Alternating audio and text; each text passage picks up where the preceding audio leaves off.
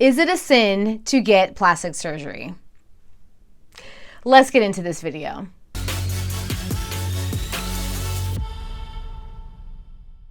Hey, what's up everyone? It's your girl Christina Sayers and welcome to my YouTube channel. So in this video, we are talking about plastic surgery. Is it a sin to get plastic surgery? So without further ado, let's get into this video. But of course, before we go into the bulk of the video, let's get into the definition and scripture. The definition of plastic surgery is the process of reconstructing or repairing parts of the body by the transfer of tissue, either in the treatment of injury or for cosmetic reasons. And the scripture that I have chosen is Proverbs 31:30. Charm is deceptive, beauty is fleeting, but a woman who fears the Lord is to be praised. Okay, so there's actually two types of plastic surgery, if you didn't know. So let's go over those two types of plastic surgery. So the first type of plastic surgery is cosmetic surgery. This is where you are getting the boob augmentation, whether that's bigger, which most women do get bigger. And then we're talking about facelifts. We're talking about, maybe pinning back your ears if they're too big. You're talking about a forehead reduction if you feel like your forehead is too big. We're talking about if you want different type of eyes, different type of shape of eyes. We're talking about lips, if you want to get fillers, even though that's not considered necessarily plastic surgery, but that's still plastic augmentation or plastic enhancement, if you will, with fillers, Botox, these different things. So this is what we're talking about when we talk about cosmetic surgery. Now, let's get into the second part of plastic surgery. The second part of plastic surgery, or the second portion, if you will, is reconstructive surgery. Now, reconstructive surgery is when there is abnormalities, or if somebody is a cancer patient and they have to get their original breast removed and they're getting new breasts, so to basically bring them back into normal, right? These are if somebody has a third-degree burn, right, and they want to get their reconstructive surgery to bring them back to normal, back to where God had them before. So that's really the emphasis of reconstructive surgery, or the whole point of reconstructive surgery, is where a person is having something that they were not born with, or if they were born with, they're trying to get back to normal so they can fit into society type of thing. So that is reconstructive surgery. Also considering if people get into car accidents and then something happens to their arm or their legs or different things, or if they have to get amputated and they have to get reconstructive surgery or get an amputee, different things like that. Or, if their finger falls off, they have to get reconstructive surgery to put the finger back on, or the ear gets bitten off by Peter. No, I'm just joking. I'm just joking. But he did do that. He didn't bite it off. I'm thinking of Mike Tyson. He didn't bite it off. He slit the ear of the person. Peter did with Jesus. But Jesus healed him and put it back on, right? Jesus literally put the ear back to normal, right? So it is biblical. But those are the two parts of plastic surgery. So before I get into the portion of is plastic surgery a sin, I wanted to go over the 7 questions to ask yourself before you get plastic surgery. So let's get into it. Number 1, have you consulted with God before getting any plastic surgery? Question number 2 is, what is your why?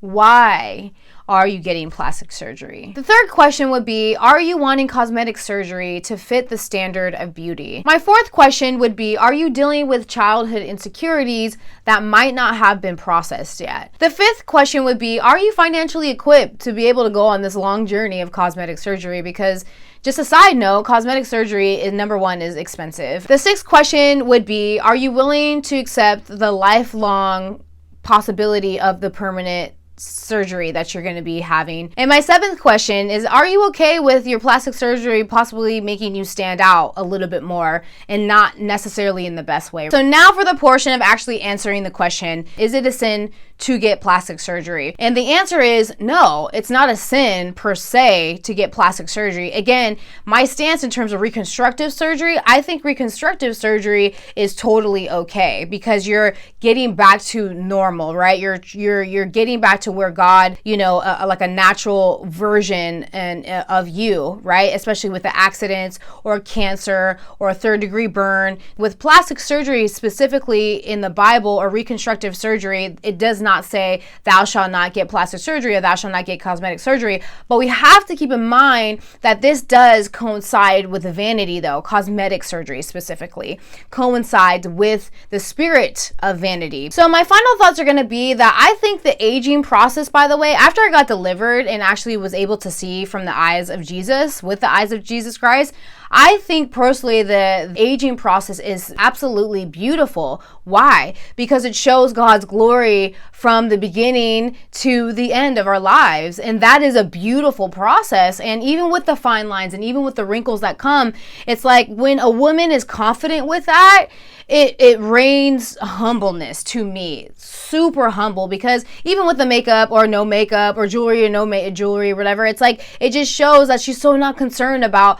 her external to the point where she's willing to get these Botox and these fillers and all these things that actually look very unnatural, first of all. And second of all, it just shows that she has a heart for the Father, that she wants to steward, that she wants to heal, that she wants to bring life and God into people's lives, And again, I'm not saying that women who have gotten all that don't, but when you do get all that, you get all that cosmetic surgery, it can stimulate you to just a vanity, self-absorbed, self-obsessed standard for yourself, right? I believe the natural route, the holistic route of what God has allowed us to be able to do and have is the best route, where you're taking care of yourself and you're using the natural supplements that God is giving you, and you're also working out and you're having a healthy diet and you're drinking a lot of water and other things that can, really give you the boost in your health. So health and fitness, really health, fitness, and beauty, right? And if you see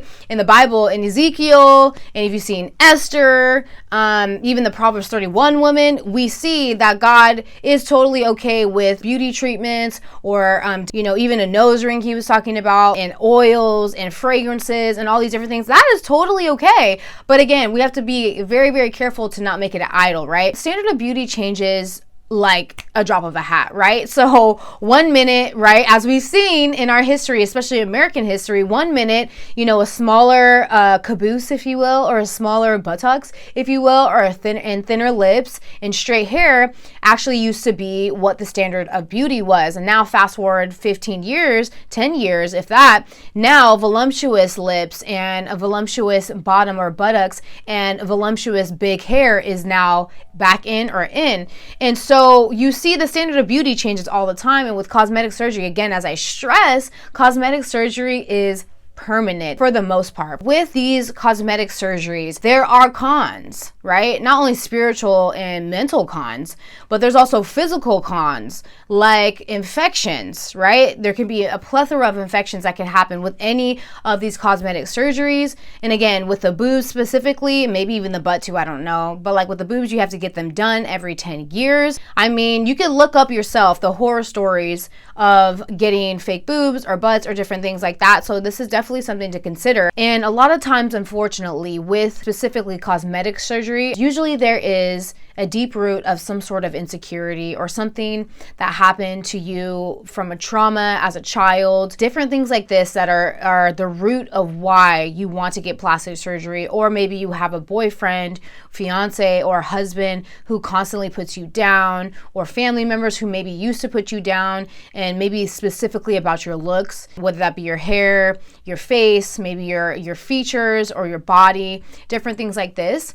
And so these are things to consider before getting plastic surgery, these questions, and to bring them to God and to surrender them to God, because I do believe through counseling, him being the ultimate great counselor, as well as possibly getting counseling, Christian counseling, you might have a change of heart in terms of moving forward and going through these different surgical procedures that are going to alter what God originally gave to you. Deep down inside, what that void really is, let me just be completely frank spiritually now. From a spiritual perspective, what that void is God needing to fill that void. He's the only one who will fill that void. I'm just putting that out there. It happened to me. I almost stepped foot getting several plastic surgeries, which I do have a testimonial about that. And I almost did it. And then God pulled me out of it. And there's a few things, so many different things, right? And I'm so grateful and thankful for today that happened to me. Honestly, like for real. All right, family, so that is it from me. Feel free to like this video, share this video, comment on this video, share where you're at, share, because we are here as a body to encourage one another and to be honest to each other and just to be there for one another, right? And so make sure you hit that subscribe button. Make sure that you hit that bell notification if you never want to miss a video from me. I drop 2 videos a week, sometimes more, because the culture is out of control. But that is it for me for now, and I will see you in the next video. God bless you. Talk to you then.